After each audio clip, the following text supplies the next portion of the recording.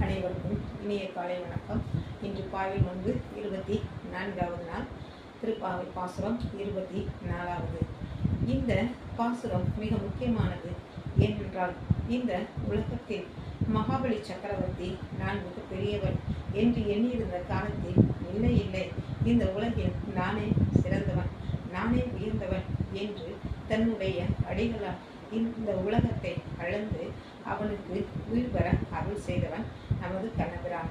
மேலும் கண்ணபிரான் கோவர்த்தனகிரியாக இருந்து இந்திரன் மழை பெய்த பொழுது அந்த மழையை தாங்கிக் கொண்டு இந்த உலக உயிர்களை பாதுகாத்து தன்னை கொண்டவன். மூன்றாவது, நமது பகாசுரன் என்ற அரக்கனை தன்னுடைய காலால் உதைத்து மரத்தால் அவனை வீழ்த்த செய்து முக்தியை வழங்கியவன். அத்தகைய அருள்தன்மை கொண்டவன் நமக்கு அருள் செய்யாமலா போவான்?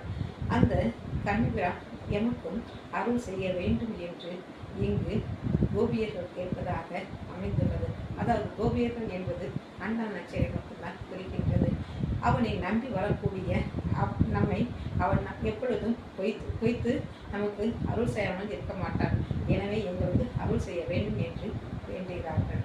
அதே போலத்தான் இங்கு திருப்பள்ளி எழுச்சியிலும் 5வது பாடலில் சிவனுடைய அருள் கூறப்படுகின்றது. திருப்பெருந்துறையில் வீற்றிருக்கக்கூடிய சிவபிரானே, உன்னை தேவர்கள் வேண்டிக் கொண்டு இருக்கின்றார்கள். நமச்சிவாய சிவாய நமக என்று உனது அன்பர்கள் பாடிக்கொண்டும் உனது புராணத்தை சொல்லிக்கொண்டும் கையில் மாலையுடன் காத்து கொண்டிருக்கிறார்கள். தேவர்கள் 4 வேதங்களையும் போதிக்கொண்டு அந்தனர்கள் இருக்கின்றார்கள். தியாகங்கள் பலவற்றை வளர்த்து கொண்டு இருக்கின்றார்கள். அத்தகைய நீ எமக்கு அருள் செய்ய நீ எழுந்தருள வேண்டும். அடியனாகிய நான் சிறியவன் தானே, இவன் செய்த பக்தி என்ன இருக்கின்றது என்று நீ எண்ணாதே. எனக்கும் அடியவன் தானே இவன், சிறியவன் தானே என்று எனக்கும் அருள் புரிய பள்ளி எழுந்தருள வேண்டும் என்று கூறப்படுவது இந்த பாடலில். இந்த பள்ளியறை பூஜை என்பது சிவன் உறங்கிவிட்டால் இந்த உலகம் என்னாகிவிடும், இருளாகிவிடும். இல்லை இல்லை, அதற்காக சொல்லவில்லை. இறைவன் சற்றே ஓய்வெடுக்க வேண்டும், அதாவது சிந்தித்து வாழ வேண்டும் என்பதைத்தான் இந்த பாடம் நமக்கு உணர்த்துகிறது.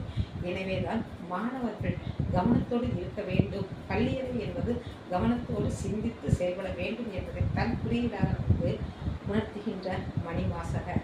இந்த மாணவர்கள் சிரத்தையோடு எடுத்து படித்து வாழ்வில் முன்னேற வேண்டும் என்பதைத்தான் கல்வி கற்கக்கூடிய இடத்தையும் கூட பள்ளிக்கூடம் என்று நமது முன்னோர்கள் ஒரு காரணத்தோடு அந்த செயலை செய்ய வேண்டும் என்று